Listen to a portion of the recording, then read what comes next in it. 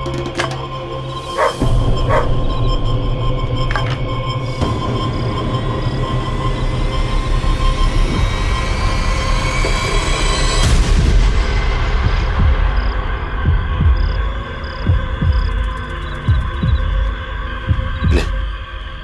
लेप लगा दे पूरे शरीर पे।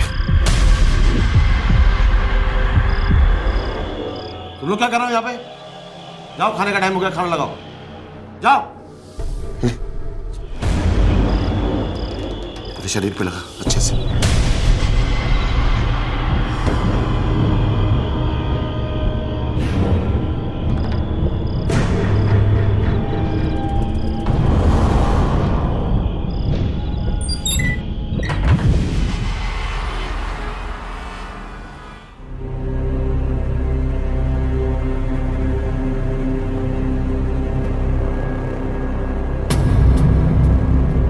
हाथ क्यों कांप रहे तेरे?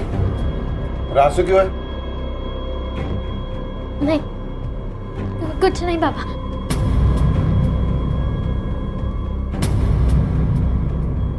कितनी बार बोला तुझे खाने के पीछे पानी नहीं पीते? ऐसे मॉल में खाना बिना पानी के गले से नीचे नहीं उतर रहा है। तो मत खाओ।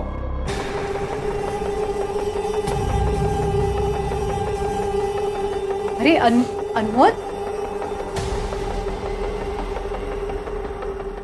अब तक की घटी घटनाओं को देखकर शायद इस कहानी का सार और सिरा समझ में ना आए, लेकिन एक बात जो साफ हो जाती है वो है इस कहानी के किरदार, जिनमें से एक हैं केदार दीक्षित और दूसरी है एक लाश।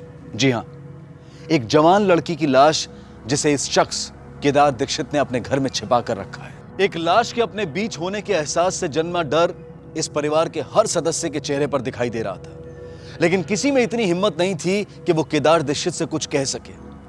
आखिर किसकी थी ये लाश और क्या संबंध था उसका इस परिवार के लोगों से, और कौन है ये केदार दीक्षित?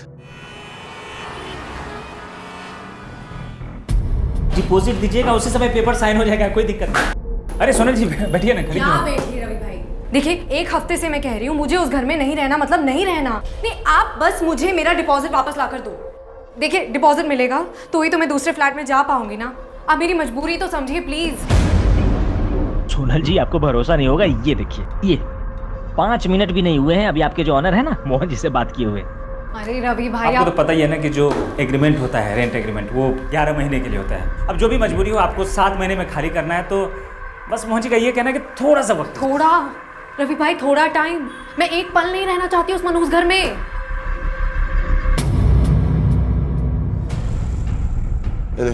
एनवेलप में चिट्ठियां हैं। जी सर। अर्जेंट है, कोई लापरवाही नहीं होनी चाहिए।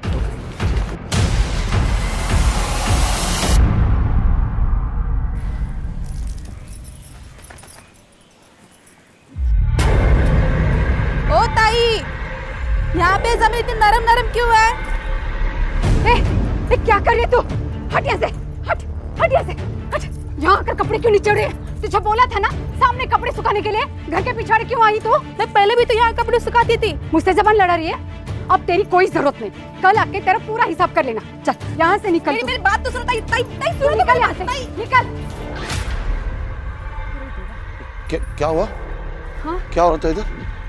वो राधा यहाँ आकर कपड़े के सुखा रही थी। आप इतने जल्दी कैसे आ गए? मैं कुछ दिन के लिए वैद्य की दुकान बंद किया। दुकान बंद कर दे? ये क्या पागलपन है? घर कैसे चलेगा? घर चलाने का काम मेरा है, तू उसकी चिंता मत कर। और मैं जो कर रहा हूँ पागलपन नहीं है, ये बात अच्छे से समझ ले तू।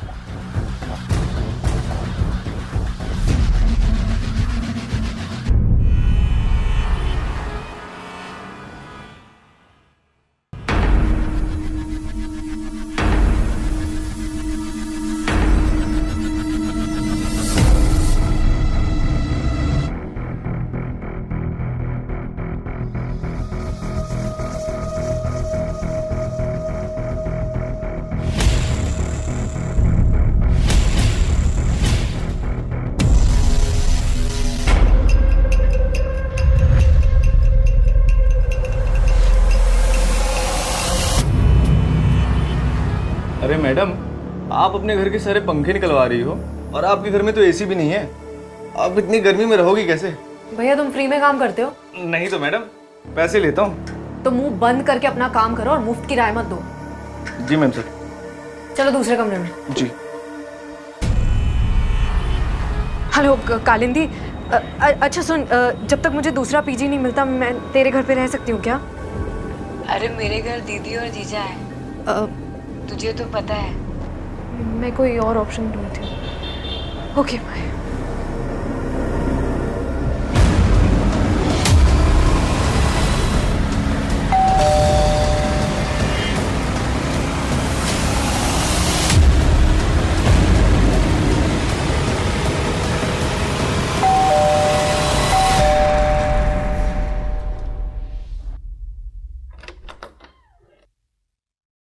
अरे मोहन भाई, आप आइए आइए। देखिए मोहन भाई, आप प्लीज मेरी कंडीशन समझने की कोशिश कीजिए।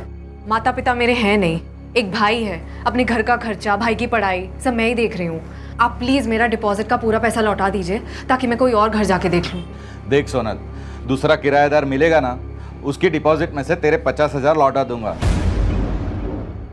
अरे नहीं मिलेगा कोई किराएदार आपको, मनहूस है ये घर। रवि भाई भी कह रहे थे उस दिन, पूछिए। अरे नहीं मोहन बाबू, वो बाहर लोग बात कर रहे थे तो निकल गया वो मुझसे। वो लोग मेरे घर को बदनाम कर रहे हैं और तू उन लोग का साथ दे रहा है। नहीं मिलेगा डिपॉजिट वापस। हो सकता है कर लो। हाँ कर लूंगी, निकलवा के रहूंगी डिपॉजिट के पैसे।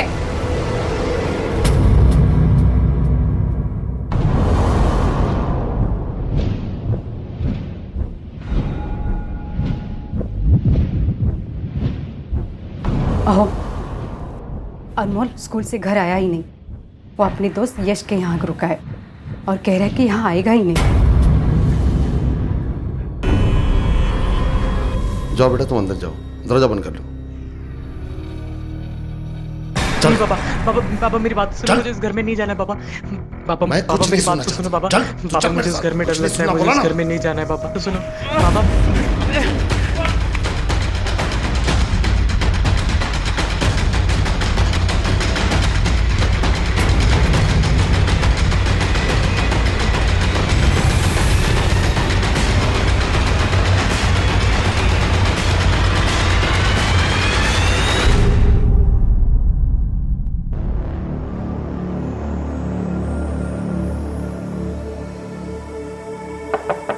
अनमोल,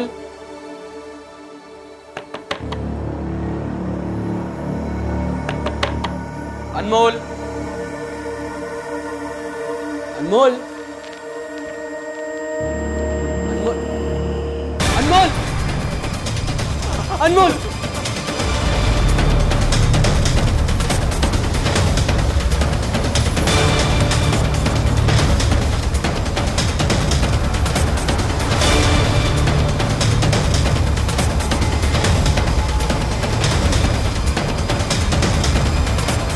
दरवाजे पर पोस्ट एंट्री नहीं दिख रही है। ये चिट्ठियां चीफ मिनिस्टर, होम मिनिस्टर और कमिश्नर साहब को लिखी गई हैं। भेजने वाले का नाम केदार दीक्षित है, खोपोली का रहने वाला है। अर्जुन, खोपोली चल के इन चिट्ठियों की सच्चाई के बारे में पता करना पड़ेगा। चलो सर।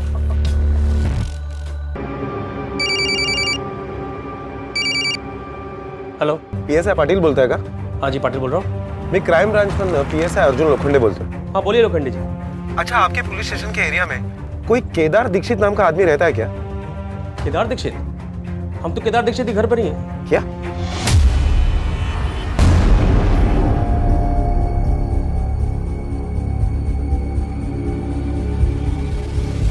अरे वॉचमैन, शांतनु को देखा? कब से ढूंढ रहा हूँ, मिल नहीं रहा है कहीं पे। नहीं तो साहब। अगर आपने देखा शांतनु को? मोहन भाई सुनो ना। ये सोनल देख, प्लीज अभी डिपॉजिट की बात मत करना, मैं बहुत परेशान हूँ। मैं जानती हूँ आप क्यों परेशान हो। आइए आपकी परेशानी का हल बताती हूँ।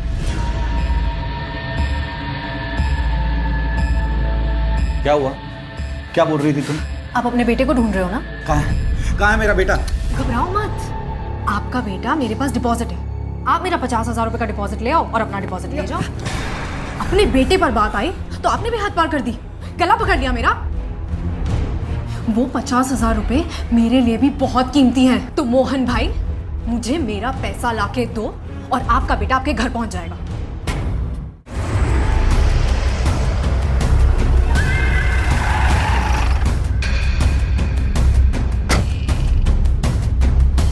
पड़ोस में पूछताछ की।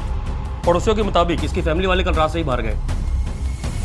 लेकिन केदार की जो चिट्ठी हमें मिली है उसमें उसने अपनी बेटी की लाश का जिक्र किया है, जिसकी मौत काफी दिन पहले हो चुकी है। और उस चिट्ठी के मुताबिक उसकी बेटी की लाश इसी घर में है। अर्जुन, घर की अच्छी तरह से तलाशी लो, लाश यहीं कहीं होगी। और सर्च करो, लगा जरा।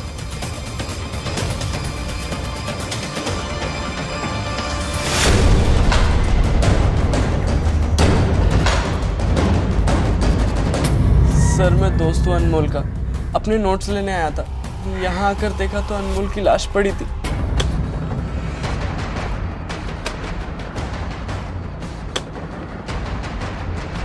एक मिनट बाजू लो। ये केदार और उसका परिवार अचानक कहाँ चले गए? सर, कल रात को कहीं निकल गए। कहाँ गए, कुछ मालूम? नहीं सर। पीछे कुछ है।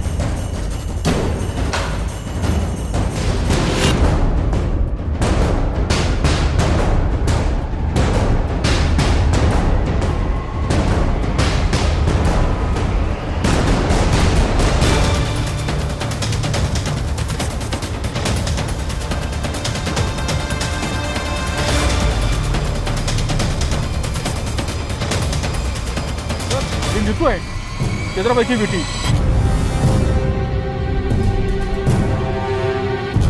आपके पड़ोस में एक लड़की की लाश जमीन में गाड़ दी गई और आपको पता तक नहीं चला? हमें बिल्कुल भनक नहीं थी। हाँ, लेकिन कुछ दिनों से केदार के घर के बाहर कुत्ते भौंक रहे थे। और तो और केदार भाई ने अपनी दवाई की दुकान भी बंद कर डाली।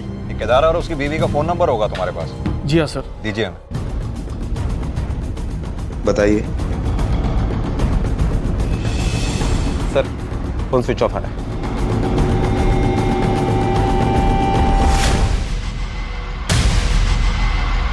क्राइम ब्रांच ने उन चिट्ठियों की जांच की जो केदार दीक्षित ने न्याय की गुहार लगाते हुए पुलिस के आला अफसरों और नेताओं को लिखी थी। और उन चिट्ठियों के आधार पर जब क्राइम ब्रांच केदार दीक्षित के घर खपोली में पहुंची और साथ ही उस लड़की की लाश भी मिली जिसे केदार ने अब तक छिपा कर रखा था। केदार की फैमिली के फोटोग्राफ्स उन्हें भेजो। Okay sir.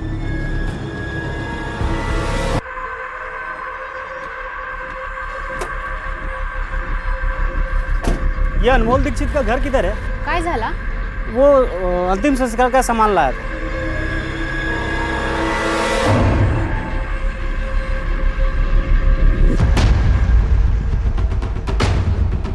किसके कहने पे लेके आया ये अंतिम संस्कार का सामान? यहाँ भी पोस्टमार्टम नहीं हुआ, फैमिली वालों का कुछ पता नहीं, और तू अंतिम संस्कार का सामान लेके आ गया। किसने कहा था लाने के लिए? ये एड्रेस है, कल आप अंतिम संस्कार का सारा सामान इस एड्रेस पे पहुंचा देना। पैसे आपको डिलीवरी के टाइम ही मिल जाएंगे। क्या यही लड़का था वो? हाँ सर, यही लड़का था। सर, केदार और उसकी पत्नी कविता, इन दोनों के मोबाइल अभी भी स्विच ऑफ ही आ रहे हैं। हमने पता लगाया केदार का मोबाइल खोपोली में स्विच ऑफ हुआ था और उसकी बीवी के मोबाइल का लास्ट लोकेशन नासिक का है। सर, ये अनमोल और नीतू की पोस्टमार्टम रिपोर्ट है।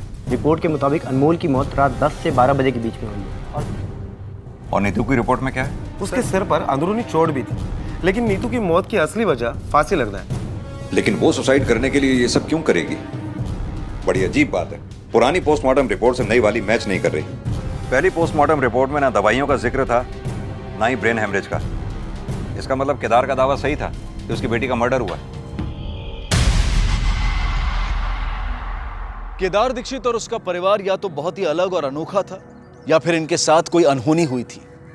पुलिस के आला अफसरों से उसके दोबारा पोस्टमार्टम की गुहार लगा रहा था और वहीं दूसरी तरफ अपने परिवार के साथ भाग खड़ा हुआ था। क्राइम ब्रांच के लिए यह सबसे अनोखा केस था, लेकिन उन्होंने इसे एक चुनौती की तरह लिया और तहकीकात शुरू कर दी। सर, केदार अपनी बेटी नीतू का अंतिम संस्कार नहीं करना चाहता। केदार अपनी बेटी की लाश को अपने घर में छुपा के रखना चाहता था। हो सकता है केदार और उसके बेटे अनमोल में तकरार हुई हो और केदार के हाथों अनमोल का कत्ल हो गया हो और अब पूरा परिवार गायब है। और सबसे पहले हमें केदार और उसकी फैमिली का पता लगाना होगा, क्योंकि अनमोल के मर्डर केस में केदार और उसकी फैमिली वही सबसे बड़े सस्पेक्ट हैं।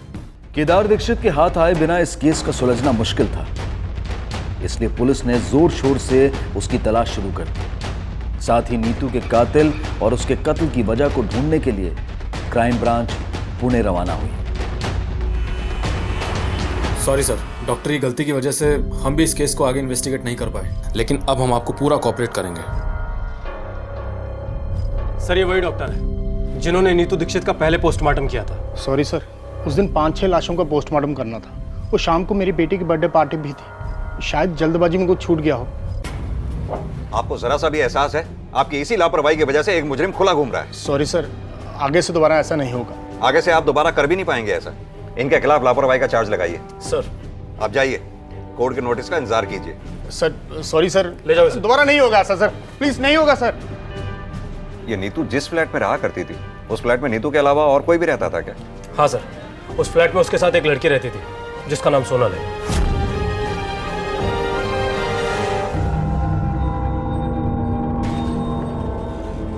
Rickshaw, auto.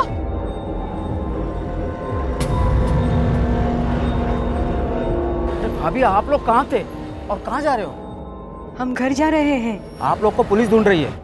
पुलिस? भाभी आप तो ऐसा बोल रही जैसे आपको कुछ मालूम ही नहीं है। अनमोल? हाँ भाभी, हमने आपका फोन बहुत ट्राई किया मगर फोन भी तो नहीं लग रहा था।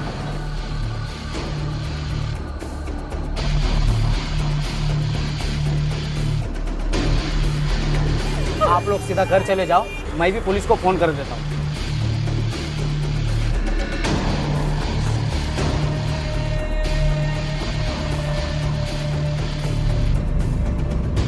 कितनी बार बोला तुझे खाने के पीछे पानी नहीं पीते? ऐसे मॉल में खाना बिना पानी के गले से नीचे नहीं उतर रहा है। तो मत खाओ।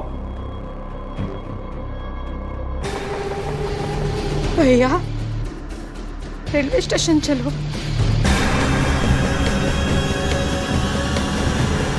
आप लोग जिस रात को गए उसी रात को अनमोल का मर्डर भी हो गया। अब हम घर नहीं जा सकते।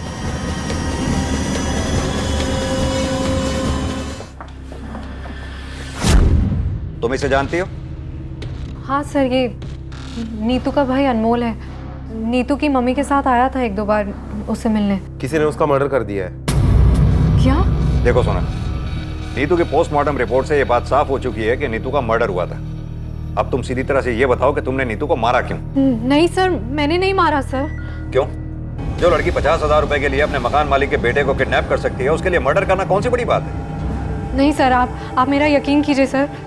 सर मुझे तो अभी तक यही लग रहा था कि नीतू ने सुसाइड किया था। तुम्हें ऐसा क्यों लगता था कि नीतू ने सुसाइड किया होगा? सर मैं, नीतू और रचना, हम तीनों बेस्ट फ्रेंड्स थे सर। मैं और नीतू साथ रहते थे सर, और हमारी बिल्डिंग में रचना 6th फ्लोर पर रहती थी। वो फ्लैट उसके पापा ने उसे गिफ्ट दिया था। शादी के बाद वो और उसका हस्बैंड वहीं रहने वाले थे।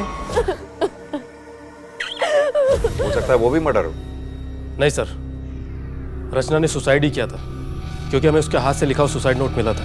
क्या रचना के सुसाइड का कारण जानती हो? हाँ सर। सर रचना जिस लड़के से प्यार करती थी उसकी एक एक्सीडेंट में मौत हो गई, और फिर रचना काफ़ी डिप्रेस्ड रहने लगी थी। और फिर रचना के सुसाइड के बाद नीतू हमेशा सिर्फ उसी की बातें करती रहती थी सर। सर वो भी डिप्रेशन में आ गई थी। और नीतू क्या कर रही है? जल जाएगा। पागल हो गई है क्या? ध्यान कहाँ है तेरा? और फिर उसके 2 हफ्ते बाद उसने भी। देख भाई नमित, अब तो इतना लायक तो हो गया है कि ट्यूशन से अपना खर्चा निकाल ले, और मेरी कौन सी सैलरी बढ़ रही है? हाँ समझा?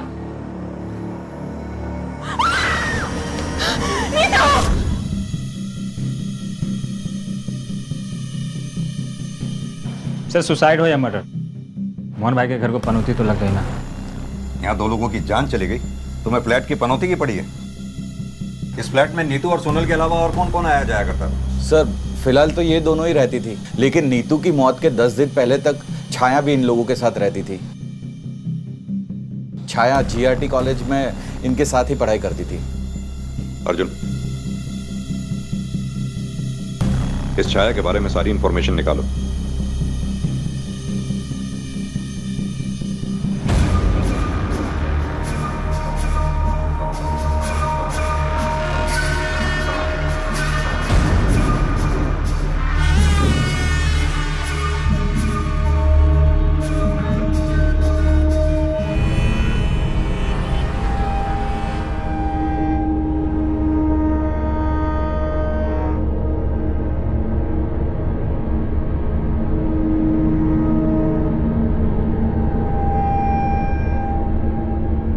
मामा का घर इधर ही, तू मामा के घर जा।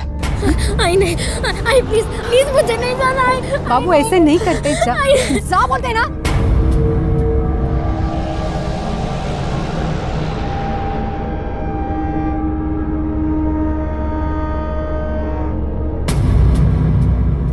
छाया, तुमने नीतू का पीजी अचानक क्यों छोड़ दिया था? सर, रचना की मौत के बाद उस बिल्डिंग को लोग मनूस बिल्डिंग कहने लगे थे, इसलिए छोड़ दिया। छाया, हमें पता चला है तुम्हारी फैमिली की फाइनेंशियल कंडीशन कुछ ठीक नहीं है। तुमने मेडिकल कॉलेज में स्कॉलरशिप लेने के लिए अप्लाई किया था। फर्स्ट सेमेस्टर में तुम्हारी रैंक सेकंड थी और नीतू की फर्स्ट। और इस सेमेस्टर में तुम नहीं चाहती कि नीतू दोबारा फर्स्ट आए। 16 तारीख को जिस दिन नीतू का 1 से 3 बजे के बीच में मर्डर हुआ, उस दिन तुम उसी पीजी में देखी गई थी। तुम्हें वॉचमैन ने भी देखा था। सर, मैं तो सिर्फ अपना सामान लेने गई थी।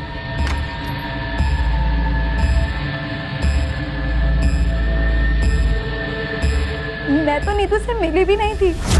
लेकिन नीतू का पीजी छोड़ने के बाद उस घर की एक चाबी तुमने अपने पास रखी। यानी जो कुछ भी किया पूरी प्लानिंग के साथ किया। सर, मैं तो ऐसा कुछ करने का सोच भी नहीं सकती। ऐसा क्यों? क्योंकि सर, नेक्स्ट एग्जाम में मैं नीतू से ज्यादा मार्क्स लाने वाली थी।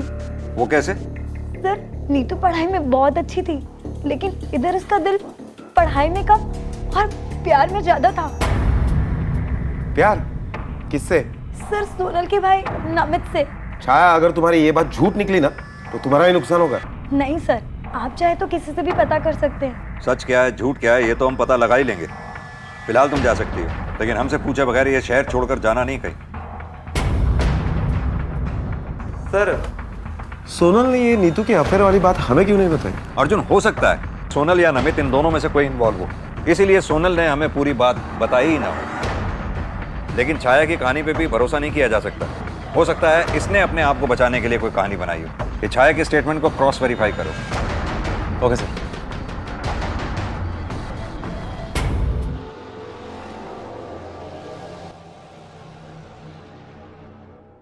केदार दीक्षित अब भी फरार था और उनकी पुरानी रूममेट छाया ने पुलिस के सामने खुलासा किया था कि सोनल के भाई नमित का अफेयर नीतू के साथ चल रहा था। पुलिस इस बात से हैरान थी कि अगर छाया की यह बात सच थी तो यह बात सोनल ने उन्हें क्यों नहीं बताई थी। कहीं ऐसा तो नहीं था कि उसका भाई ही नीतू का हत्यारा था, या फिर सोनल ने नीतू को अपने भाई से दूर करने के लिए खुद ही उसे मार डाला था और अब पुलिस को गुमराह करने के लिए यह आत्महत्या की झूठी कहानी सुना रही थी। बहरहाल अब सोनल से सख्ती से पूछताछ की जाने की जरूरत थी, जिसके लिए पुलिस ने उसे दोबारा पुलिस स्टेशन बुलाया। सर, ये आप क्या कह रहे हैं सर? मैं और मर्डर? नहीं सर, मुझे तो नमित और नीतू के अफेयर के बारे में भी नहीं पता था। सर, आपको किसी ने झूठी इन्फॉर्मेशन दी है। बस, ज्यादा होशियारी नहीं, सीधी तरह से ये बताओ कि तुम्हारा भाई नमित इस वक्त है कहाँ पर? सर, मेरे और नीतू दी के बीच कोई अफेयर नहीं था। बेटा, ये भाई बहन के रिश्ते को बीच में लाके बचने की कोशिश मत कर। अगर ऐसा था तो फिर नीतू के हाथ में हाथ डालकर क्यों घुमा करता था? सर, अब मैं क्या बताऊं आपको?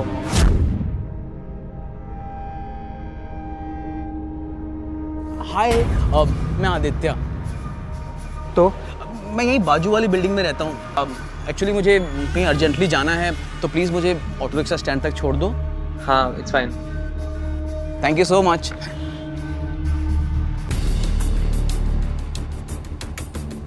मैं तुम्हारे कंधे पे हाथ रख लूं?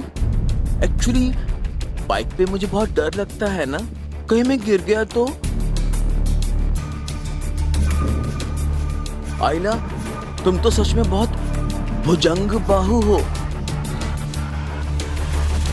सर, एक दिन मैंने उसकी हेल्प क्या कर दी, वो तो पीछे ही पड़ गया। दूसरे दिन आके आई लव यू बोलने लग गया।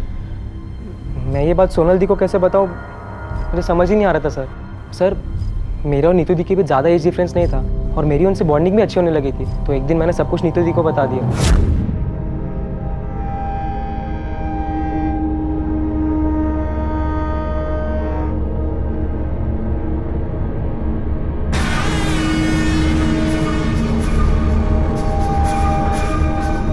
देख, 1-2 दिन ऐसे ही नाटक करेंगे गर्लफ्रेंड बॉयफ्रेंड होने का, फिर वो समझ जाएगा कि तू उसके टाइप का नहीं और तेरा पीछा भी छोड़ देगा। ये सही है। इस नाटक के बारे में सोनल को मालूम था? नहीं सर, सोनल दी को इसके बारे में कुछ नहीं पता था। मतलब तेरी कहानी सच है या नहीं, इस बात का कोई सबूत या गवाह है ही नहीं। जो गवाह थी नीतू, वो मर चुकी है। मतलब तेरी कहानी झूठ भी हो सकती है, कोई बात नहीं। अब तेरी कहानी का सच आदित्य बताएगा। नहीं सर, नहीं सर। मारेगा मत सर, मैं बर्दाश्त नहीं कर पाऊंगा सर। तो फिर सच सच बता, तेरे और नमित के बीच में सीन क्या चल रहा है? सिर्फ सीन नहीं सर, ये तो हमारी एक अधूरी प्रेम कहानी है। और इसी अधूरी प्रेम कहानी को पूरा करने के लिए तूने नीतू को मार दिया? नहीं सर, मैं तो खुद के काटे मच्छर को भी नहीं मार सकता हूँ सर, तो मैं नीतू की जान कैसे ले सकता हूँ? क्यों? प्यार में तो लोग दूसरे की जान तक ले लेते हैं। सर, प्यार में जान लेना सच्चा प्यार नहीं होता, हैवानियत होती है, वैशीपना होता है। अरे प्यार में तो लोग जान तक लुटा देते हैं सर। अब पुलिस के सामने सिर्फ दो संभावनाएं बनती थी। पहली, सोनल और उसके भाई नमित में से किसी एक ने या फिर दोनों ने मिलकर या फिर नमित से एक तरफा प्यार करने वाले इस लड़के आदित्य ने नीतू को नमित से दूर रखने के लिए उसे मार दिया था। पुलिस ने इन दोनों संभावनाओं को खंगालने की कश्मकश शुरू कर दी, लेकिन वो इस बात से अनजान थी कि जल्द ही उन्हें इस मामले से जुड़ी अब तक की सबसे बड़ी खबर मिलने वाली थी। एक minute sir. Hello, okay, thank you sir. अभी इंफॉर्मेशन मिली है कि केदार के एटीएम कार्ड से नासिक के एरिया से पैसे निकाले गए हैं। नासिक पुलिस को इन्फॉर्म करो, नासिक निकलने की तैयारी करो। सर, ये रूम में है, ये रूम में। धोखा दी तू मेरे को? हाँ, मैं पागल नहीं हूँ। नहीं, छोड़ मेरे को, छोड़। फसौलस तू मला, धोखे से लेके आई मेरे को इधर। फसौलस तू, हाँ? अरे छोड़, मैं पागल नहीं हूँ।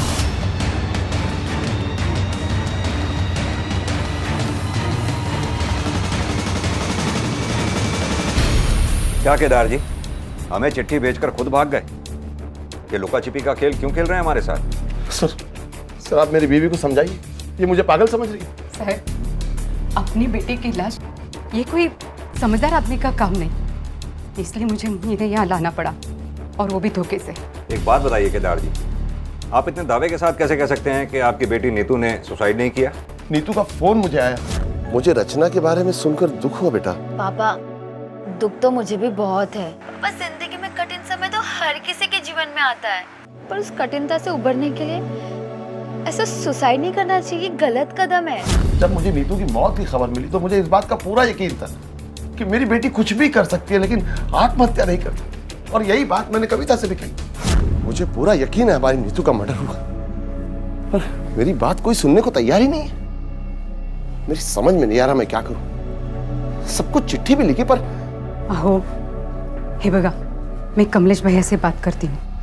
उसका एक दोस्त नासिक में विधायक है, वो हमारी जरूर मदद करेगा, और नीतू का दोबारा पोस्टमार्टम भी हो जाएगा।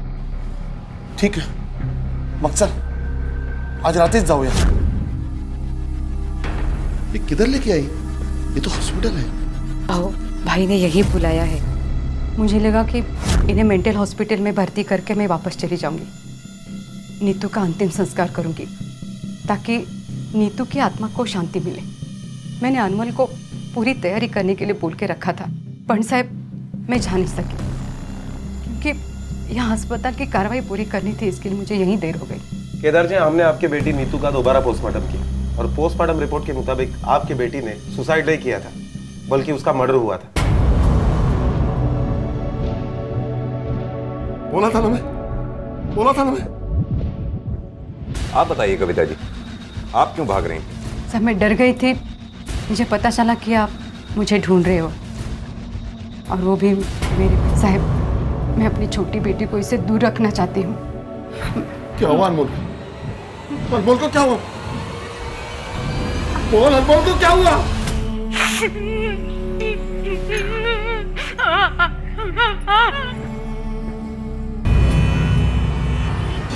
सर, मुझे लगता है अनमोल के मर्डर से बचने के लिए अपने बीबी के साथ मिलकर केदार ने मेंटल होने का नाटक किया होगा, ताकि अगर हम उसे पकड़ भी ले तो मेडिकल ग्राउंड पर उसे सजा में कुछ राहत मिले। अर्जुन, ये हो भी सकता है और नहीं भी। तो हो सकता है नीतू और अनमोल का हत्यारा कोई और हो, जो ये जानता हो कि केदार ने नीतू की लाश को अपने घर में छुपा रखा है, और वो लाश को ठिकाने लगाने के लिए ही आया हो, ताकि नीतू का दोबारा से पोस्टमार्टम ना हो सके। अर्जुन, हमें हर सस्पेक्ट, हर गवाह से फिर से पूछताछ करनी होगी।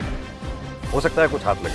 साहब, जब केदार जी के घर उनकी बेटे की लाश मिली तो उसके एक दिन पहले मैं दुकान बंद कर रहा था, तो देखा बैद जी के घर के सामने एक सफ़ेद रंग की गाड़ी चक्कर लगा रही थी। लेकिन वो एम्बुलेंस जैसी थी जिस पे आरटी हॉस्पिटल लिखा हुआ था साहब। मैं 2 दिनों से शिरडी गया हुआ था। शिरडी से आज ही वापस आया हूँ सुबह। Thank you sir. ठीक है सर, जिस दिन अनमोल का मर्डर हुआ था उसी दिन आरटी हॉस्पिटल की एम्बुलेंस पूना से खोपोली जा रही थी। वही एम्बुलेंस केदार के घर पर भी दिखाई दी थी। सर, पूना से खोपोली जाने वाले टोल नाके पर जो सीसीटीवी कैमरा है उससे हमने फुटेज निकाली और उससे ये फोटो निकाला।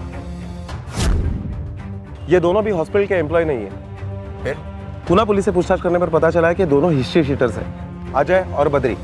सर, मैंने अपने खबरियों को काम पर लगा दिया है।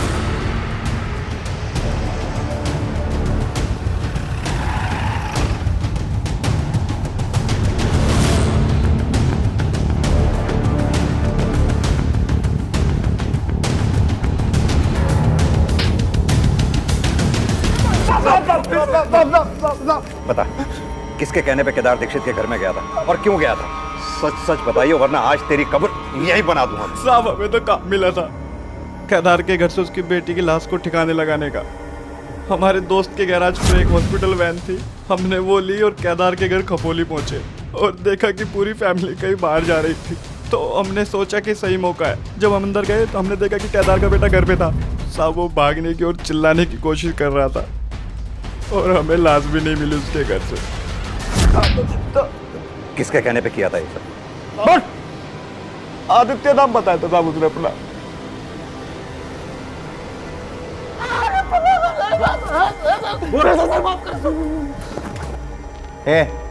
ठीक से देख, यही था ना? नहीं साहब, ये नहीं था वो। ध्यान से देखे से। साहब, सच में ये आदमी नहीं है। मैंने कुछ नहीं किया था। अर्जुन, वो आदमी जो भी था बहुत चालाक है। उसने असली नाम नहीं बताया इसे।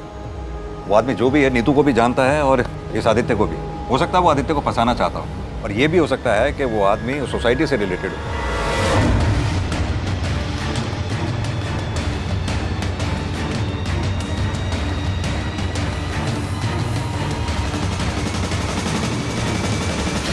मोहन जी, मुझे आपसे नीतू के बारे में कुछ पूछताछ करनी है। सर प्लीज, अभी नहीं।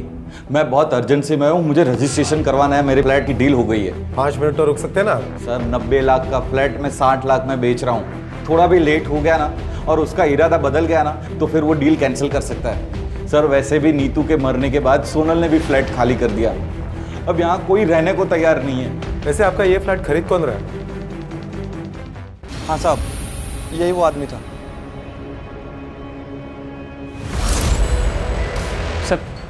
सर कौन है ये? मैं नहीं जानता इसको। सर मेरे घर की डील है सर, मैं बाद में मिलता हूँ सर। पता है हमें, तू मोहन का घर खरीद रहा है ना?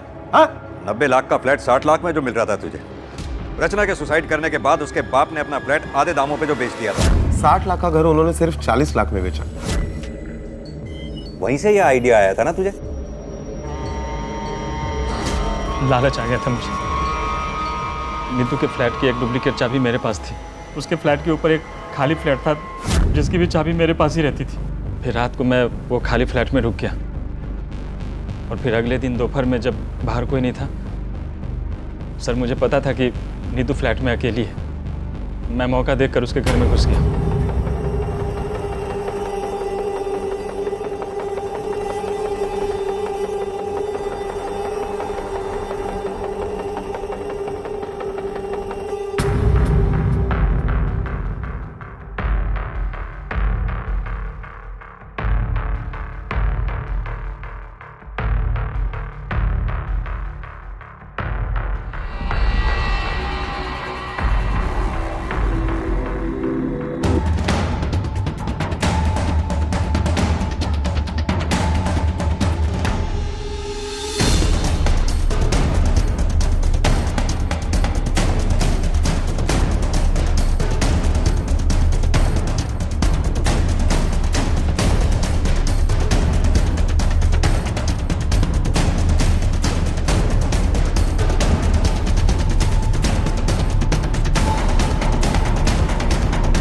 पोस्टमार्टम रिपोर्ट में भी यह आया कि उसने सुसाइड किया, तो मुझे लगा कि मेरा प्लान सक्सेस हो गया। लेकिन केदार जी मानने को तैयार ही नहीं थे कि उनकी बेटी ने सुसाइड किया। देखिए सर, आप लोगों से गलती हो रही है।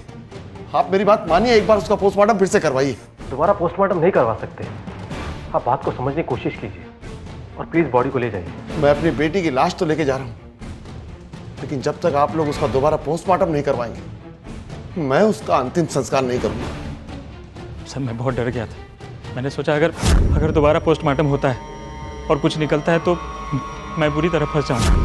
फिर मैं अजय से मिला और लाश चुरा के उसे ठिकाने लगाने का काम दी। सस्ते फ्लैट खरीदने के चक्कर में एक बसे बसाए परिवार का पूरा घर बर्बाद कर दिया तूने। अब यही है घर तेरा, सड़ेगा सारी जिंदगी इसी जेल में।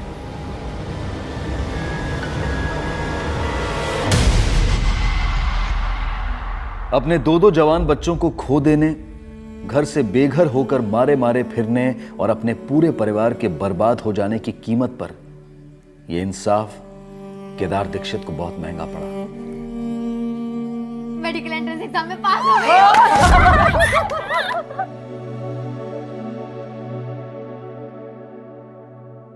स्माइल। आप सही थे। आपकी वजह से नीतू का हत्यारा तो मिल गया, लेकिन अनमोल का क्या?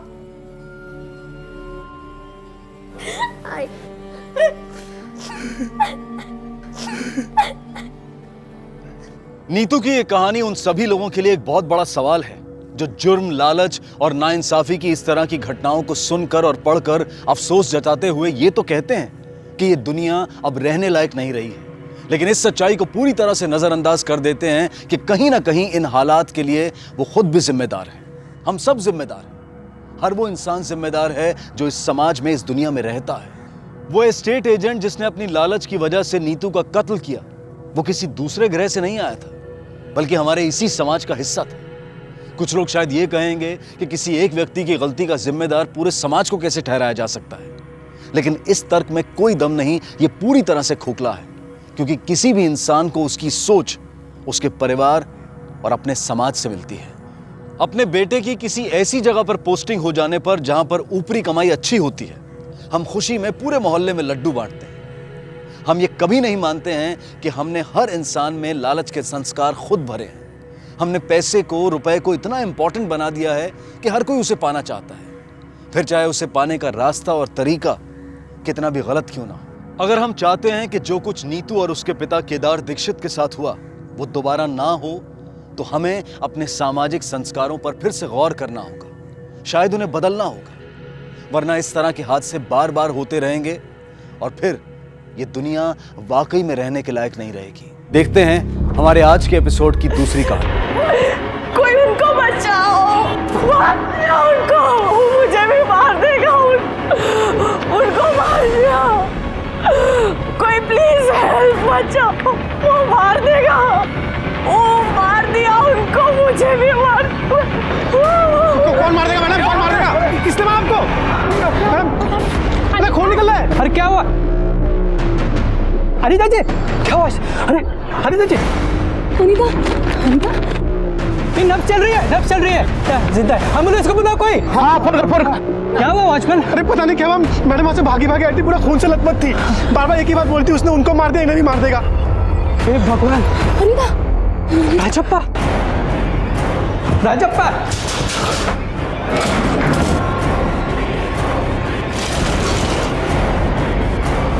तुम उधर देख तो। राजप्पा, राजप्पा, राजप्पा, अरे राजा। रानी कई सारे वार किए गए हैं, बहुत ही बेरहमी से मारा है।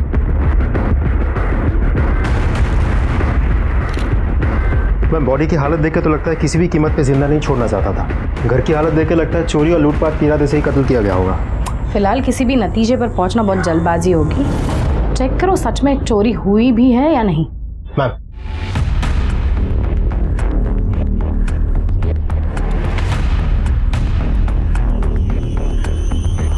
नहीं मैम, अंदर तो कुछ नहीं मिला। अलमारी वगैरह सब लॉक्ड है, वहां से तो कुछ नहीं गया होगा। अब घर से कुछ गायब हुआ है कि नहीं ये तो घर वाले ही हमें बता सकते हैं। घर की हालत देखकर तो ऐसा लगता है कि किलर के साथ राजप्पा का काफी स्ट्रगल हुआ होगा और किलर ने राजप्पा का खून किया और भाग गया। नहीं मैम, मुझे चोरी का नहीं, दुश्मनी का केस लगता है। क्योंकि अगर चोर किसी को जान से मारेगा तो इतनी बार वार क्यों करेगा? हो सकता है, राणा एक काम करना, बॉडी पोस्टमार्टम के लिए भेज देना और मर्डर वेपन और जो एविडेंसेस मिले हैं वो फॉरेंसिक लैब में। हर रोज की तरह पेपर उठाने के लिए मैंने दरवाज़ा खोला तो मुझे सीढ़ियों के पास से अनीता की आवाज़ सुनाई दी। मैं सीढ़ियों तक पहुंच पाती या कुछ समझ पाती तब तक तो वो नीचे कंपाउंड तक पहुंच चुकी थी और बेहोश हो गई थी। मैडम के बहुत ज़्यादा खून बह रहा था और वो बार बार एक ही बात कह रही थी, ओ मार दिया उनको, मुझे भी मार दिया। अच्छा, फ्लैट किसका है? ये राजप्पा का ही फ्लैट है। वो एक एक्स फुटबॉल प्लेयर था, अच्छा खेलता था। साल भर पहले ही उसने नौकरी छोड़ दी थी, वॉलंटियर रिटायरमेंट लिया था उसने। कितने साल से रह रहा था वो यहाँ? तकरीबन 15 साल पहले उसने जब अनीता से शादी की थी तभी ये फ्लैट खरीदा था और तब से वो यहीं रह रहा था। शादी 15 साल पहले हुई थी, लेकिन उनकी उम्र तो काफ़ी लगती है। ये उनकी दूसरी शादी थी, अनीता उनकी दूसरी वाइफ थी। और पहली बीवी कहाँ रहती है? घाटकोपर में कहीं रहती है। और यहाँ इन दोनों के अलावा कौन कौन रहता है? कोई नहीं, उनकी बेटी है रिया।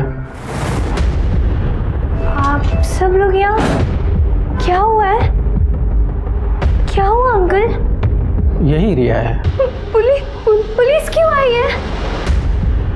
और ये घर की हालत, चोरी हुई है क्या? क्या हुआ है? कोई कुछ बोल क्यों नहीं रहा? बेटा तुम्हारे पापा का खून हुआ है।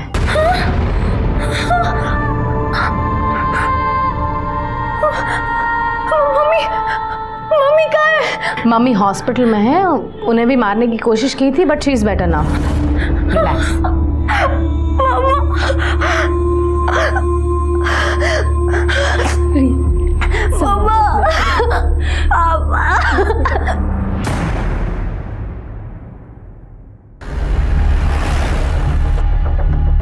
अनीता को एक घाव पेट में और 2 घाव पैर में लगे हैं। खून काफ़ी बहा है और हादसे की वजह से वो अभी सदमे में है। क्या हम उससे मिल सकते हैं?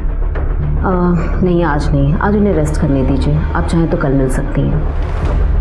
Thank you. नहीं बताना मुझे, ना निर्मला को ना अजय को, ये सब उन लोगों ने किया है। मैं नहीं छोड़ूंगी उन्हें, मेरे पापा को। बेटा शांत हो जा बेटा और सोच के देखना। बताना तो पड़ेगा ना बेटा, वो सिर्फ तुम्हारे नहीं अजय के भी पापा थे। अजय कौन है? अजय राजप्पा की पहली बीवी निर्मला का बेटा है। अक्सर इनके घर आया जाया करता है और उसके वजह से उन दोनों के बीच बहुत झगड़े होते थे।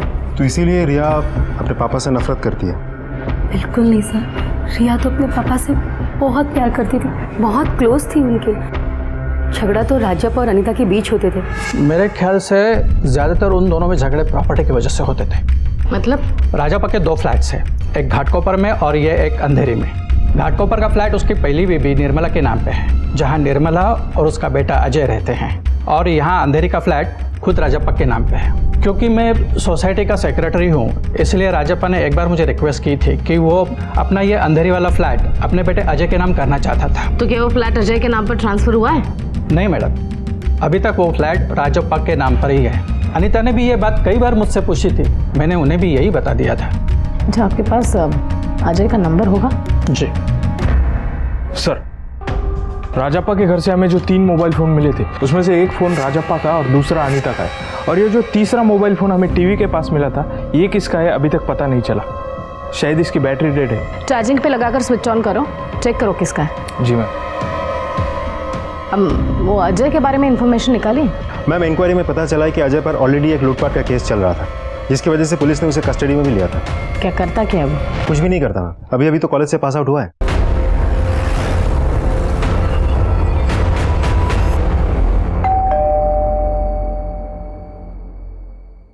जी, अजय घर पर है? मैं वहीं था। मैं सुबह क्या, मैं रात से वहीं था। मैं सुबह उठकर वापस आया। रात भर तुम अपने पापा के घर पे थे, जहाँ पर तुम्हारी सौतेली माँ भी रहती है। हाँ तो मेरे पापा का घर है, मैं अक्सर वहाँ जाता हूँ। मेरा बस उस औरत से कोई लेना देना नहीं है, और ये बात उसे भी पता कि मुझे उसकी शक्ल देखना पसंद नहीं है। इसलिए मैं जब भी जाता हूँ वो चुपचाप अंदर बेडरूम में चली जाती है, लॉक लगा के वहीं बैठी रहती हूँ। और रिया, उससे भी तुम इतनी नफरत करते हो? हाँ, क्योंकि मैं चाहता नहीं था कि पापा उन दोनों की फिक्र करें। कल रात क्या हुआ था? कल वही हुआ, पापा ने बहुत सारी पी और मुझसे झगड़ा की। बाप हूं तेरा, तेरे को प्रॉब्लम होती है बाप से मिलने में? 10 बार बुलाओ 1 बार आता है, क्यों? तेरे को पूछ रहा हूँ। यहाँ आता हूँ ये काफी नहीं है क्या? वरना मेरी मम्मी के साथ जो आपने किया मेरा आना बनता नहीं है यहाँ पर। पहले आपने हम लोगों को बाहर निकाला यहाँ से, फेंक दिया, फिर उसको ले आया यहाँ पर, शादी कर ली, कमी नहीं अनीता से। चुप, माँ है तेरी, बड़ों से बदतमीजी की ना तो मेरी माँ नहीं है वो, मैं, ये मेरी बहन है।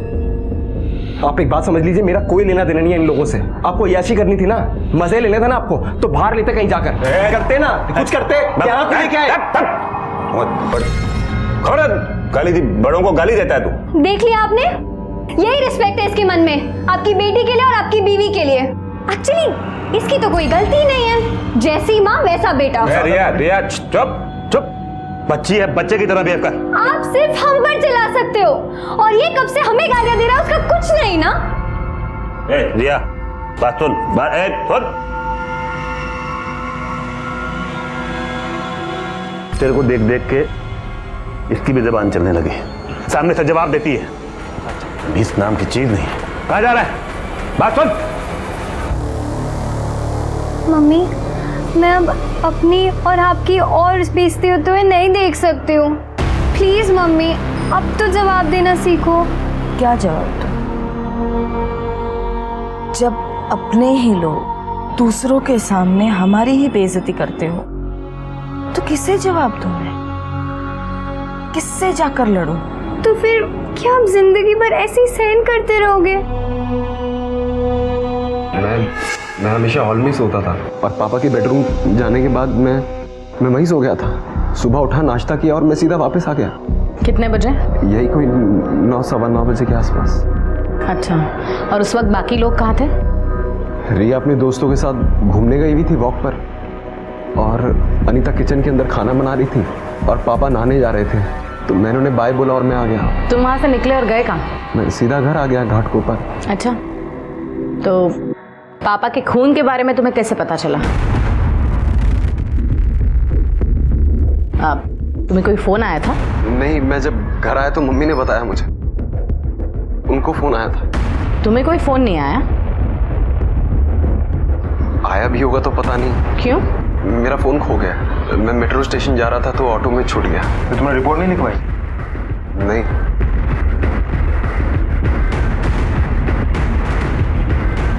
ये फोन तुम्हारा है ना? हाँ, यही तो है मेरा फोन। थैंक गॉड मिले। ये कहाँ मिला आपको? क्राइम सीन पर, उसी रूम में जहाँ तुम्हारे पापा का खून हुआ था। हाँ, मुझे याद आया, मैंने रात को सोते वक्त ये टीवी के पास रख दिया था, तो पुलिस को राजप्पा की हत्या के लिए अजय पर शक था। अजय का पिछला रिकॉर्ड भी बहुत क्लीन नहीं था, और उसकी अपने पिता से नाराजगी और अनीता से नफरत उसे ये कत्ल करवा सकते थे। पर क्या वाकई वो अपने पिता का कत्ल कर सकता था, या कातिल कोई और ही था? ये देखिए मैम, पहले रिया 8 बजे अपने फ्रेंड्स के साथ मॉर्निंग वॉक के लिए निकल गई। उसके बाद 1 घंटे तक एक्टिविटीज़ नॉर्मल है। फिर 9:18 पे अजय बाहर निकला, और 9:25 पे अनीता घायल अवस्था में कंपाउंड में आई। ये पूरे इंसिडेंट्स के दौरान कोई भी सस्पिशियस इंसान ना अंदर गया है ना बाहर आया। जो भी कंफ्यूज होके भागा है वो ये हाँ, अनीता गिरने के बाद अनीता की तरफ, और शायद अनीता के कहने पर राजप्पा की तरफ। कहीं ऐसा तो नहीं कि बिल्डिंग में से ही किसी ने राजप्पा को मार दिया और वापस घर पर गया हो? लेकिन इन्वेस्टिगेशन में तो मैम हमें ऐसा कोई भी क्लू नहीं मिला। रानी, बिल्डिंग के पीछे एक दीवार है, हमें चेक करना पड़ेगा कि वो दीवार से कोई कूद कर तो नहीं आया। जो ये फुटेज हमें नहीं दिखा पा रही है। मैम, राजप्पा की डेड बॉडी जब हमें मिली थी तब वो बाथरूम में था, और उसके हाथ में जो घड़ी थी वो 9:14 पे बंद हुई थी। तो ऐसा भी तो हो सकता है कि राजप्पा के ज़मीन पे गिरने से वो घड़ी बंद हुई हो, क्योंकि अजय ने हमें कहा था जब वो वहाँ से निकला था तब राजप्पा नहाने जा रहा था। पापा नहाने जा रहे थे, तो मैंने उन्हें बाय बोला और मैं आ गया। ये भी तो हो सकता है कि अजय ने राजप्पा का खून किया और घर से बाहर निकल गया, क्योंकि राजप्पा के घड़ी के बंद होने का टाइम है 9:14 और अजय के बिल्डिंग के बाहर जाने का टाइम है 9:18। मैडम, तो राजप्पा की पीएम रिपोर्ट आ गई है। पीएम रिपोर्ट्स के मुताबिक राजप्पा की मौत पेट में चाकू लगने से ही हुई है। 10 वार किए गए। फॉरेंसिक रिपोर्ट्स के मुताबिक उस चाकू पर अजय, रिया, अनीता और राजप्पा चारों के फिंगरप्रिंट्स थे। ऑफ कोर्स वो किचन का चाकू था तो उस पर चारों के फिंगरप्रिंट्स होना जायज़ बात। Excuse me. Hello, okay, thank you.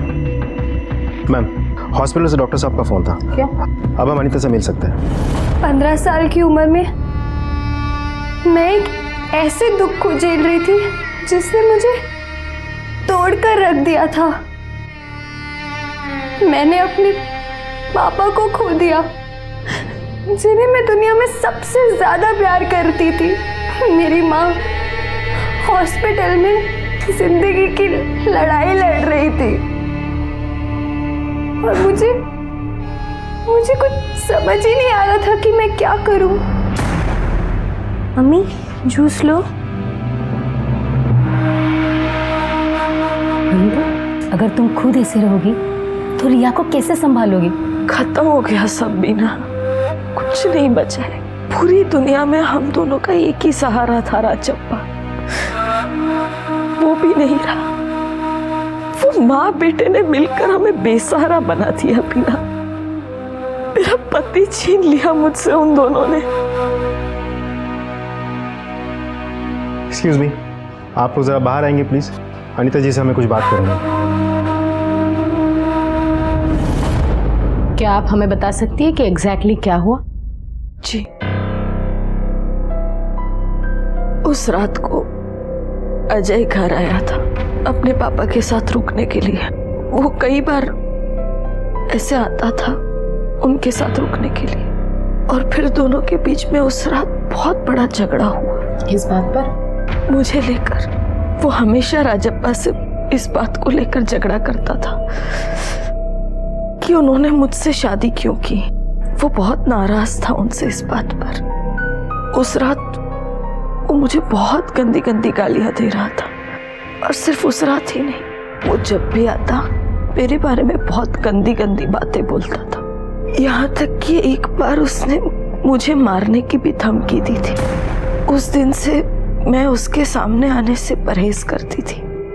फिर क्या हुआ? फिर राजप्पा शराब पीकर सोने चले गए। अजय भी हॉल में सो गया। फिर मैं सुबह उठी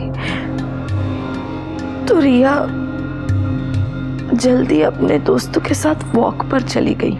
और अजय कितने बजे बाहर गया? अजय 9, 10, 9:15 के आसपास। उसने अपने पापा को बाय बोला और वो चला गया। उसके बाद अनीता, मैं नहाने जा रहा हूँ, ब्रेकफास्ट तैयार रखना। जवाब तेरा बाप देगा क्या? मुंह घिसता है तेरा, क्या जबान घिस जाती है बोलने में? जवाब मैंने हाँ में सर हिलाया। अभी सवाल पूछूंगा तो जवाब देना मुंह से। मैं नहाने जा रहा हूँ, नाश्ता तैयार रखना। जी जी। हाँ जी जी, ऐसे मुंह से बोला कर। जी।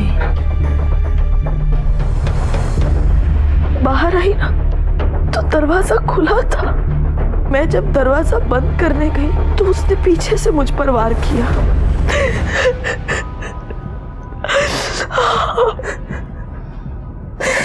आपने कातिल को जरा भी नहीं देखा?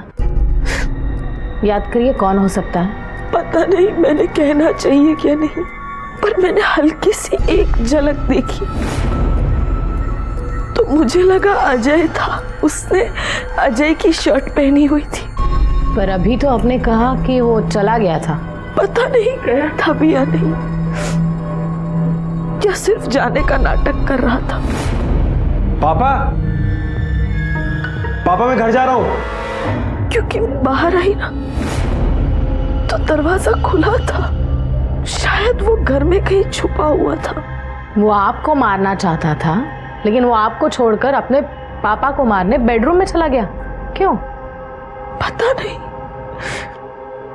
ये बात तो मेरी भी समझ में नहीं आ रही। एक टाइम के बाद लोग अपनी जिंदगी में आगे बढ़ जाते हैं मैम,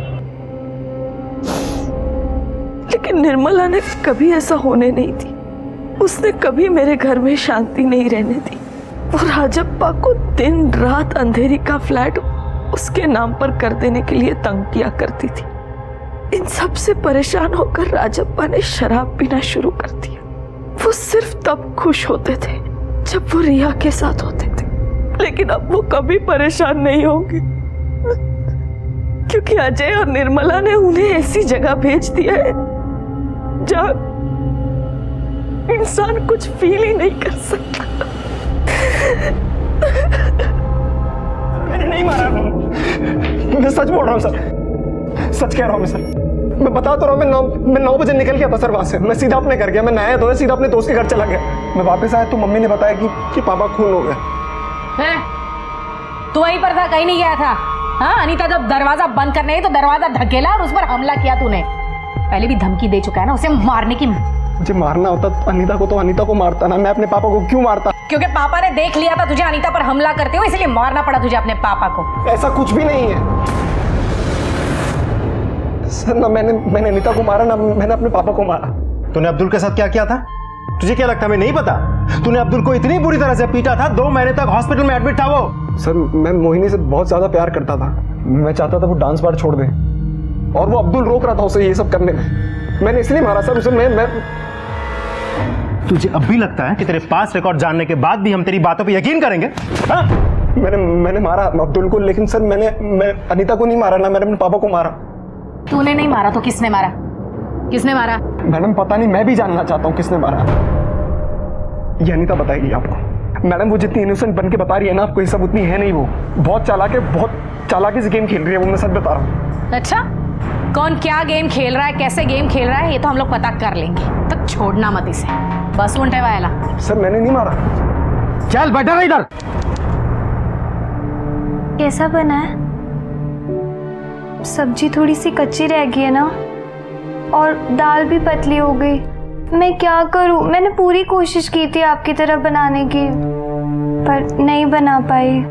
पागल, मेरी बेटी ने पहली बार अपने हाथों से खाना बनाया है। बुरा कैसे हो सकता है? ये तो दुनिया का सबसे स्वादिष्ट खाना है। पापा को भी इतना ही अच्छा लगता ना मेरा बनाया खाना। बहुत मिस करती हो ना पापा को, मैं जानती हूँ। मैं पूरी कोशिश करूंगी बेटा कि तुम्हारी मम्मी होने के साथ साथ पापा की भी कमी पूरी कर सकूं।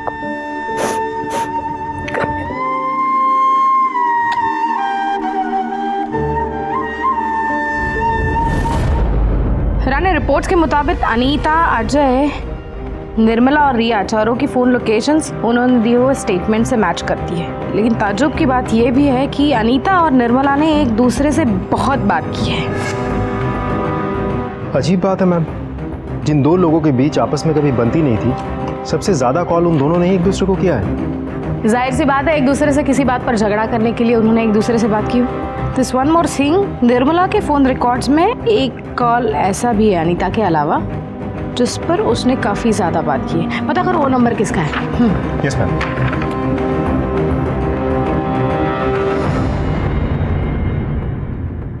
मैम, निर्मला की कॉलेज से मिला वो नंबर किसी सतीश शिंदे नाम के आदमी का है। ये Satish Shinde state level kabaddi player था, लेकिन पैर की हड्डी टूटने की वजह से वो गेम से बाहर चला गया था। उसके बाद से कबड्डी कोचिंग की छोटी मोटी नौकरी करता रहता है वो इधर उधर। इन दिनों वो फ्री है। लेकिन मैम मुझे ये बात समझ में नहीं आ रही है कि सतीश शिंदे के साथ निर्मला का क्या कनेक्शन हो सकता है। सतीश शिंदे कौन है? सतीश शिंदे कौन है? वो तो मेरी मम्मी के बॉयफ्रेंड है वो।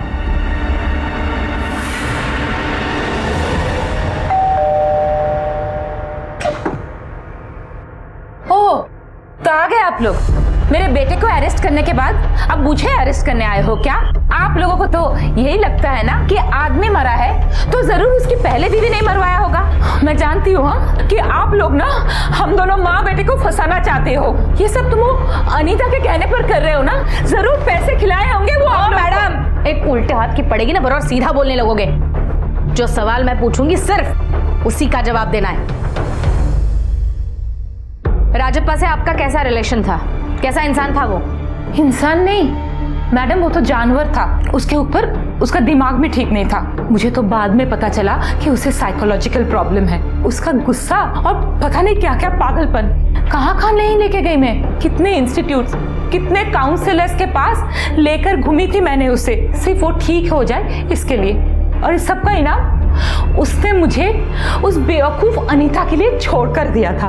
अच्छी खासी जवान है तू, हाँ देखने में भी तो बुरी नहीं है। तुझे अपने उम्र का कोई नहीं मिला क्या? मेरा ही घर मिला था उजाड़ने के लिए। सुन, अभी भी बोल रही हूँ, छोड़ दे राजप्पा को, कहीं और जाके मुंह मार। कमाल औरत है तुम्हारी, इसी घटिया सोच और घटिया बातों की वजह से इन्होंने तुम्हें छोड़ दिया है। अपना घर तो संभाल पाई नहीं तुम, ऊपर से मेरे साथ बदतमीजी कर रही हो। मैं बदतमीजी कर रही हूँ? एक तो मेरा पति हजम कर गई, अरे मेरी गृहस्थी निकल गई, और ऊपर से मुझे ही बातें सुना रही है। सुन, बोल रही हूँ मैं, अभी भी बोल रही हूँ, तू राजप्पा को छोड़ दे। नहीं, डोंट टच मी। मैं तो छोड़ने नहीं वाली, तुमसे जो बन पड़ता है ना तुम कर लो। आप लोग क्या समझोगे एक छोड़ी हुई औरत के दर्द, और उसके ऊपर जिसके पास एक 6 साल का बच्चा हो।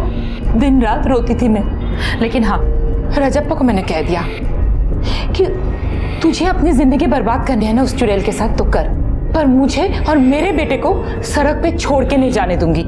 तो मैंने ये फ्लैट अपने नाम पे करवा के छोड़ा। और ये बात भी अनीता को कहाँ बचने वाली थी। हाथ जोड़ती हूँ तुम्हारे, प्लीज उन्हें परेशान करना बंद कर दो अब। कि तुम्हारे इस फ्लैट की रट ने उनकी रातों की नींद छीन ली है। प्लीज, ये क्या कम है कि उन्हीं के फ्लैट में तो रह रही हो ना तुम? कोई एहसान नहीं कर रहे हो मुझ पे? हाँ, और सुन, उसने जो पाप किए हैं ना, उनकी वजह से उसको नींद नहीं आती है। और हाँ, तू तो ये भूल ही जा कि फ्लैट बिना नाम करवाए मैं उसका पीछा छोड़ूंगी। दीदी इतनी जिद। खबरदार मुझे दीदी जो बोला। और आज बहुत बहन बन के दिखा रही है तू। तेरी शराफत तब कहाँ गई थी जब मेरा पति चुराया था तूने? हाँ, निकल यहाँ से, नहीं तो मैं धक्के मार के निकालूंगी। चल निकल यहाँ से, तू निकल। मैंने बिना राजप्पा को फ्लैट अपने नाम पे करवाया बिना छोड़ी नहीं, और तब से तो उसकी ऐसी हालत थी, रोज मुझे फोन करके बोलती थी कि अंधेरी वाले फ्लैट में मैं अपना नजर ना रखूं। अरे मैं क्यों लेने जाऊं अंधेरी वाला फ्लैट? मैं क्यों लूं जिसमें वो पनौती रहती है? ये सतीश शिंदे कौन है? हाँ, तब से मैं यही सोच रही थी कि अब तक ये सवाल क्यों नहीं आया। सतीश और मैं ना शादी करने वाले हैं। हाँ, बहुत शरीफ इंसान है मैडम वो। हाँ, राजप्पा के जैसे बिल्कुल नहीं कि बीवी को मारने पीटने और गाली देने के अलावा कोई काम नहीं। हाँ, उम्र में थोड़ा सा छोटा है मुझसे, पर आजकल उसमें क्या फर्क पड़ता है बोलो? राजप्पा का खून हुआ उस वक्त आप कहाँ थी? अच्छा मैडम, आपको सचमुच लगता है कि मैंने राजप्पा को मारा है?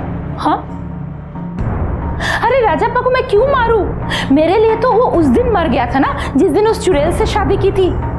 तो बताइए ना, राजप्पा का खून हुआ उस वक्त आप कहाँ थी?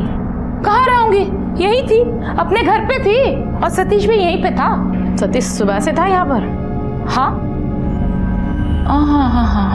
नहीं, एक बार ना सुबह ब्रेड लेने के लिए वो बाहर गया था। अरे अजय नहीं था ना, तो उसे जाना पड़ा। क्या है ना मैडम, उसको चाय के साथ ना ब्रेड बटर चाहिए। अरे चाय से याद आया, आप लोगों को तो पूछा ही नहीं मैंने, चाय लेंगे आप? जी नहीं थैंक यू। कितनी अजीब औरत है राने। मैम, मुझे तो लगता है इसकी इन्हीं हरकतों की वजह से शादी टूटी होगी। हो सकता है, बिल्कुल। मेरी पूरी जिंदगी में इतनी मेलोड्रामेटिक औरत मैंने देखी ही नहीं थी। हेलो डॉक्टर कोठारी, बोलिए। हाँ, 15 दिन पहले मैंने राजप्पा की लास्ट काउंसलिंग की थी। सर क्या प्रॉब्लम थी उसे? देखिए इंस्पेक्टर, ये डॉक्टर और पेशेंट के बीच में कॉन्फिडेंशियल होता है। आई कम्प्लीटली अंडरस्टैंड सर, लेकिन आपसे मिली हुई इन्फॉर्मेशन हमारे इन्वेस्टिगेशन के लिए बहुत इंपॉर्टेंट है। देखिए, मैं पूरा डिटेल में तो आपको कुछ नहीं बता पाऊंगा, लेकिन मैं इतना बता सकता हूँ कि राजप्पा को ऐसा लगता था कि वो 2 औरतों के बीच में फंस गया है, और इस फ्रस्ट्रेशन में वो अंदर ही अंदर घुलता जा रहा था। उसने ये भी कबूल किया है कि उसने गुस्से में कई बार अनीता को मारा भी है, उसके ऊपर हाथ भी उठाया। इनफैक्ट वो तो ये सब कुछ छोड़कर भाग जाना चाहता था, लेकिन वो अपनी बेटी रिया से बहुत प्यार करता था, क्योंकि एक वही थी जिसकी कोई भी डिमांड नहीं थी। इसी वजह से वो ये सब कुछ छोड़कर भाग नहीं पाया।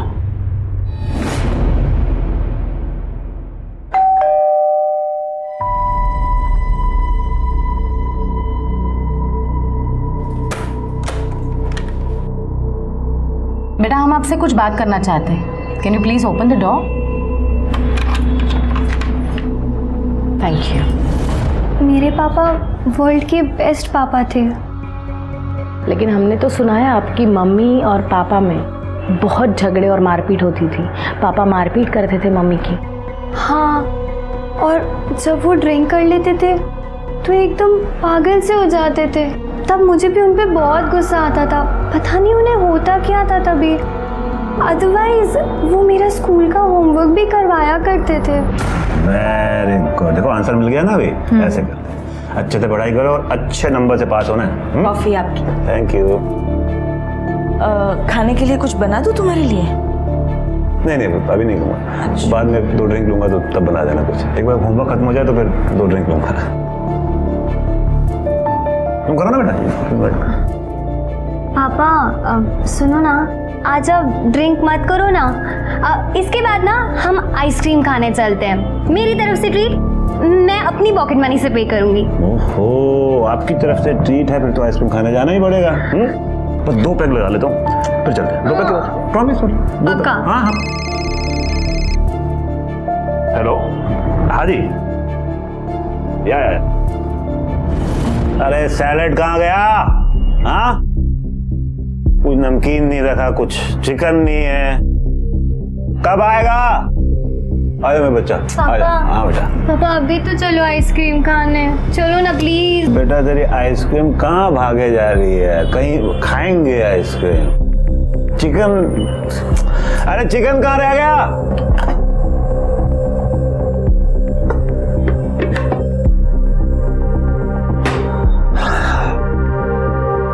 अरे आइस, अनीता कब से बोला हुआ खत्म हो गई, खत्म। तुम्हारी आइस भी और मेरी पेशेंस भी। बस करो अब, बहुत हुआ तुम्हारा एक। चल तो बॉटल को हाथ लगाएगी मेरे तू? चल निकल यार, चल निकल। मैं नहीं जाऊंगी, ये मेरा भी घर है। अच्छा तेरा भी घर है, मैं देखता हूँ कैसे जाएगी तू। मम्मी अक्सर पापा के बिहेवियर को लेके बहुत इनसिक्योर और डरी डरी रहती थी। तो आप भी डरते थे पापा से? जब वो नशा नहीं करते थे तो मुझे कोई बात का डर नहीं लगता था, पर जब वो ड्रिंक करते थे तब मुझे भी बहुत डर लगता था। पापा के मर्डर में पुलिस अजय के साथ साथ माँ पे भी शक कर रही थी। उनके रिश्ते की सच्चाई जानने के लिए उन्होंने मुझसे भी पूछताछ की, पर मैंने कुछ नहीं छुपाया। घर तो पहले से ही बिखरा हुआ था हमारा, और अब पूरी तरह से ढह चुका था। अब तो मैं अपने पापा के कातिल को जल्द से जल्द जेल में देखना चाहती थी। मैम, डाइनिंग टेबल पे जो कपड़ा था जिसे कातिल ने अनीता को कवर करने के लिए यूज किया था, उस पे अजय, अनीता, राजप्पा और रिया सबका डीएनए मिला है। मतलब अजय के खिलाफ कोई ठोस सबूत नहीं मिला हमें। रानी सोचो, अजय जैसा लड़का जो एक बार वाली के प्यार में पागल होकर अब्दुल पर हाथ उठा सकता है, उसे मार सकता है, तो वो कितना पॉजिटिव होगा। ये भी हो सकता है कि निर्मला का रोज रोज का नाटक देखकर उसके झांसे में आकर उसने ही अपने बाप को मारा। छोड़ दो अजय को, नजर रखना उस पर। और एक काम, निर्मला और उसका बॉयफ्रेंड, क्या नाम है उसका, सतीश शिंदे, उनके डिटेल्स निकालो। निर्मला जैसी औरत कुछ भी कर सकती है। अजय या फिर सतीश को इस्तेमाल करके शायद उसने ही राजप्पा का खून कर दिया। फॉरेंसिक रिपोर्ट में डाइनिंग टेबल के कपड़े और चाकू दोनों पर अजय के अलावा अनीता और रिया का भी डीएनए मिला। पुलिस की पूछताछ में हर कोई एक दूसरे पर इल्जाम लगा रहा था। सबूतों के अभाव में पुलिस ने अजय को छोड़ दिया था, लेकिन पुलिस ने अपनी इन्वेस्टिगेशन और भी तेज कर दी थी।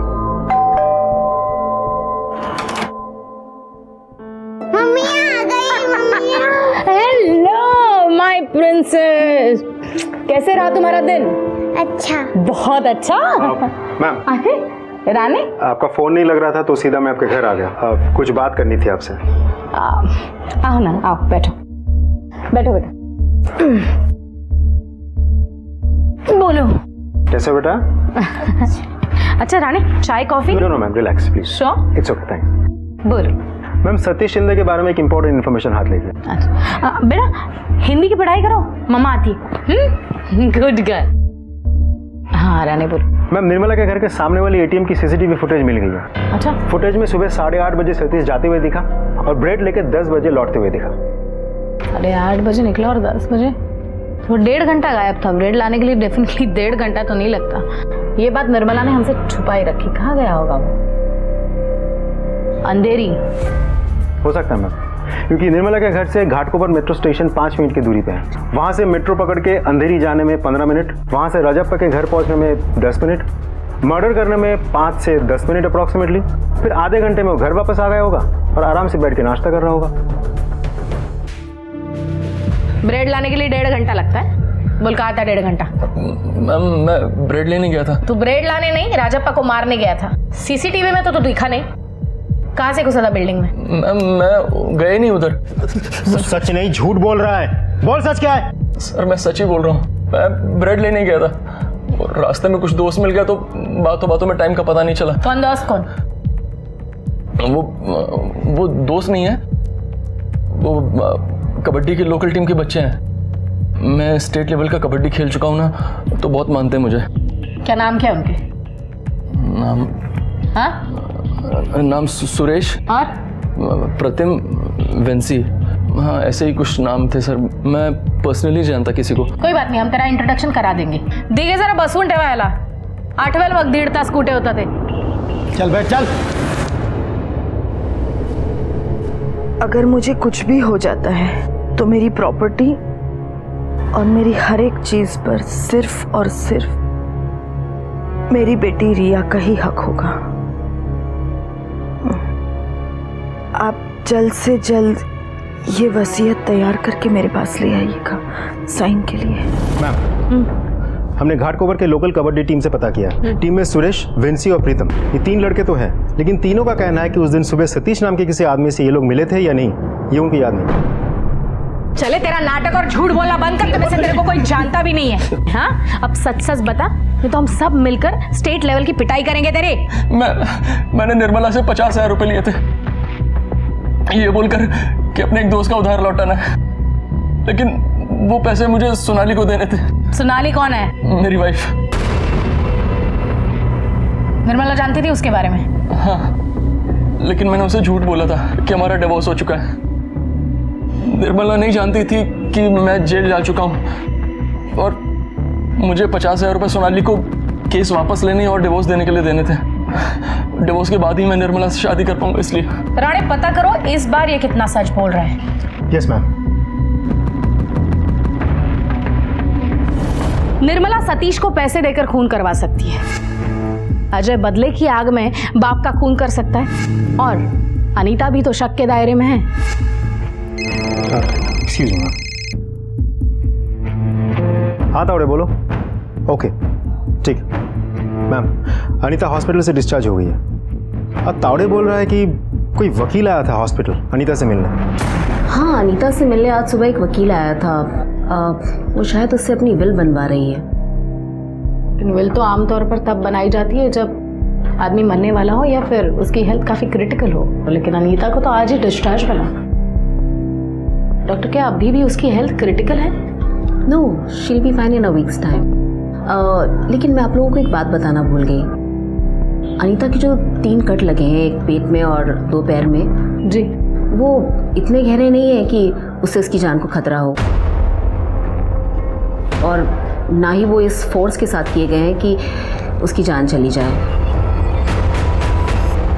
इतने सारे लोग हैं और हर एक के पास कुछ न कुछ मोटिव था राजप्पा का खून करने का, फिर भी हम किसी ठोस नतीजे पर नहीं पहुंच रहे। मैम हम इतनी कोशिश कर रहे हैं लेकिन सारी मेहनत बेकार जा रही है। कहीं ऐसा तो नहीं कि हम इन्वेस्टिगेशन ही गलत दिशा में कर रहे हैं? शायद डॉक्टर से मिलने के बाद तो मुझे बिल्कुल ऐसे ही लगता है। मतलब? डॉक्टर ने अनीता के घाव के बारे में जो जानकारी दी उससे तो मुझे अनीता ही प्राइम सस्पेक्ट लग रही है। मेरा शक था वो धीरे धीरे यकीन में बदलते जा रहा है।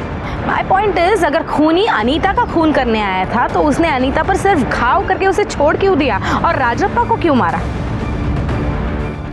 राणा एक काम करना, कल कोर्ट से अनीता के जख्म खुलवाने के परमिशन लेकर आना।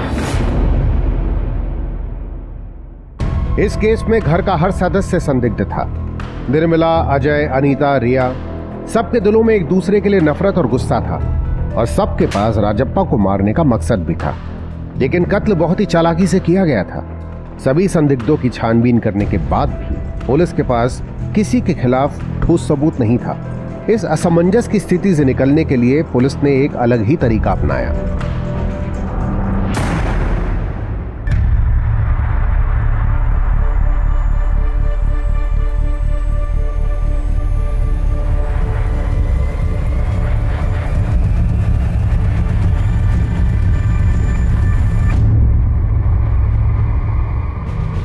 आप लोग ऐसा सोच भी कैसे सकते हैं कि मैं अपने ही पति का खून कर दूंगी और फिर खुद को ही मारूंगी?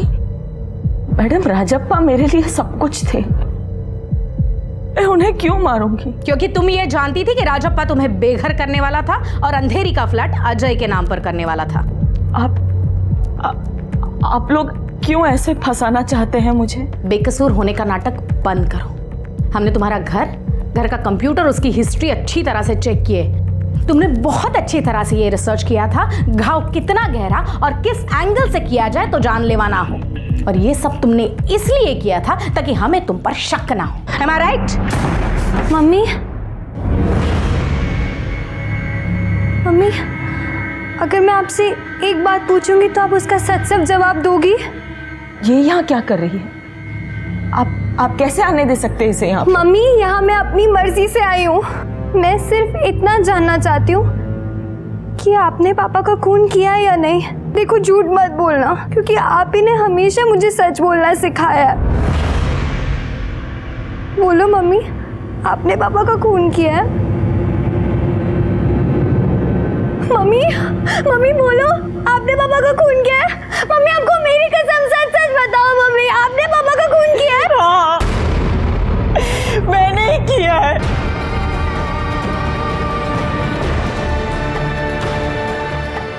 मैंने ही तुम्हारे पापा का खून किया है, लेकिन उसने मुझे मजबूर किया ऐसा करने पर। तुम्हें तो पता है ना, तुमने देखा है ना वो कितना बुरा सलूक करते थे मेरे साथ, इसलिए मैंने मारा उनको।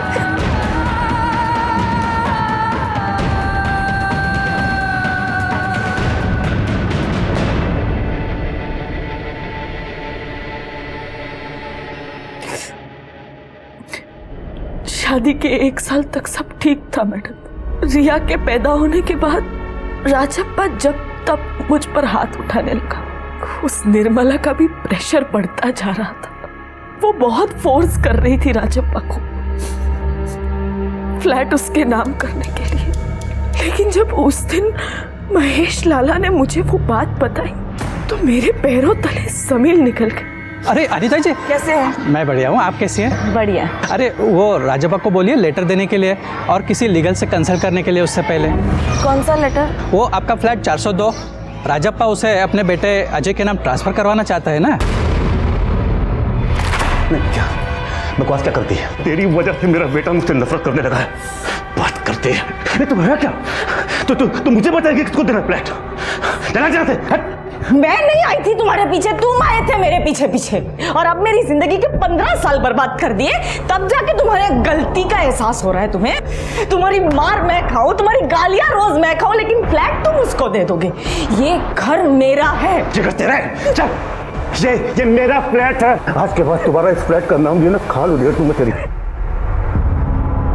फिर मैं जब भी फ्लैट की बात निकालती वो मुझे मारकर चुप करा देता, लेकिन मेरे और मेरी बेटी के सर से छत छिन जाएगी, इस बात से मैं दिन रात परेशान थी। उस रात जब अजय घर आया तो हमेशा की तरह राजप्पा ने खूब शराब पी और अजय के साथ झगड़ा किया। झगड़े के बाद अजय कई बार की तरह हमारे घर पर ही रुक गया और सो गया। तब मैंने सोचा कि यही सही वक्त है राजप्पा को मारने का, क्योंकि दोनों के बीच रात को झगड़ा हुआ था तो शक अजय पे जाएगा। इसलिए दूसरे दिन सुबह जब अजय घर से निकल गया, उसके बाद राजप्पा नहाने जा रहा था। अनीता, मैं नहाने जा रहा हूँ, नाश्ता तैयार रखना। नहाने जा ही रहे हो तो शरीर के साथ दिमाग का मैल भी साफ कर लेना, और ये बात भी कि ये फ्लैट तुम अजय को दे पाओगे। फिर शुरू हो गए तुम, हैं? आज मेरे को पक्का यकीन हो गया कि तेरे चक्कर में निर्मला को छोड़ के सबसे बड़ी गलती की मैंने जिंदगी बर्बाद कर ली है मैंने। तुमने क्या अपनी जिंदगी बर्बाद की है? तुमसे शादी करके मैंने अपनी जिंदगी जहन्नम कर दी। बड़ी हिम्मत आ गई तेरे में, अभी बताता हूँ तेरे को मैं। मुझे लगा राजप्पा के खून के लिए